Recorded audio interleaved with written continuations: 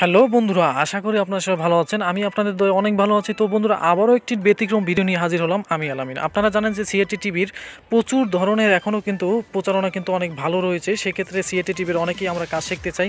সেক্ষেত্রে ব্যতিক্রম কোনো সমস্যা পেলেই কিন্তু আপনাদের কাছে বারবার শেয়ার করতে আসি। তো দেখেন, এখানে একটি ডিম পেড়ে জেডিতে বিভিন্ন ধরনের সেকশনগুলো নষ্ট করে ফেলছে এবং নষ্ট করায় কিন্তু বিভিন্ন ধরনের নতুন নতুন সমস্যা এখানে দেখা দিয়েছে। তো এই সমাধানগুলো আজকে আপনাদেরকে করে দেখাবো।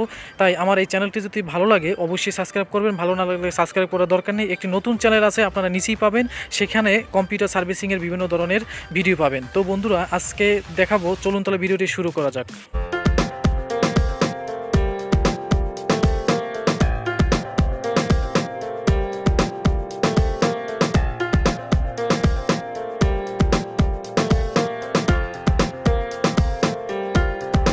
তো বন্ধুরা, ফিরে আসলাম মূল ইন্টুর পর। তো এখন টিভিটির লাইন দিয়ে আপনাদেরকে 110 ভোল্ট দেখেন, 110 ভোল্টের যে কাটাটি দেখেন সেটি কিন্তু এই দেখেন আপ ডাউন করছে। তো আমরা জুম করে আপনাদেরকে কিন্তু দেখালাম।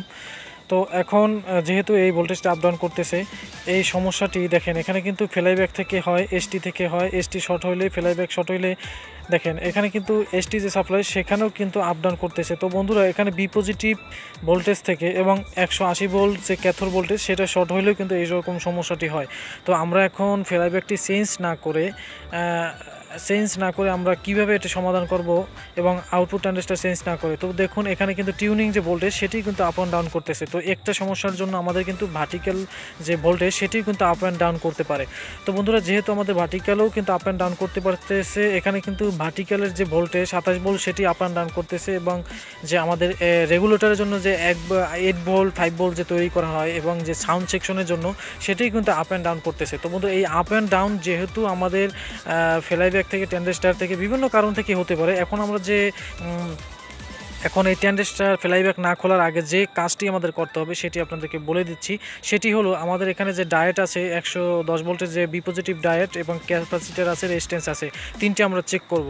তো বন্ধুরা, প্রথম যে সমস্যাটি সেটি কিন্তু ফিল্টারিং ক্যাপাসিটার যদি এখানে সমস্যা হয়, যদি মরিচা ধরে, বিভিন্ন ধরনের যদি ঠ্যাং মরিচা ধরে যায় এবং যদি ফুলে যায়, ফেটে যায়, সেক্ষেত্রে কিন্তু আমাদের এখানে কিন্তু ফিল্টারিংয়ের যে সমস্যাটা সেই সমস্যাটা কিন্তু আমাদের হতে পারে বন্ধুরা।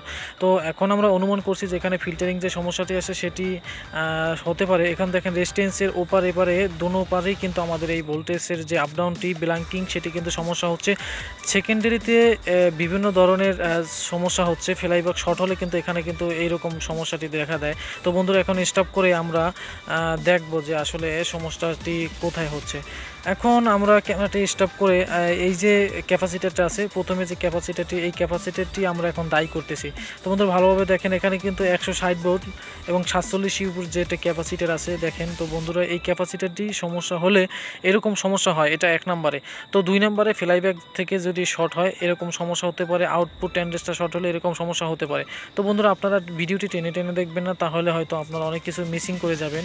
সেক্ষেত্রে আপনারা পর্যায়ক্রম দেখেন। তো বন্ধুরা, আপনাদের অনেক কিছুই আউট নলেজ আসবে এবং আমার সাথে যারা অভিজ্ঞ, আসলে আমি তাদেরকে ছোট করব না। তো যারা নতুন তাদেরকে আমি এই কাজটি শিখিয়ে দিলাম। তো বন্ধুরা, যাই হোক, আমরা এখন ক্যাপাসিটারটা খুলে দেখবো যে আমার ধারণাটি ঠিক আছে নি।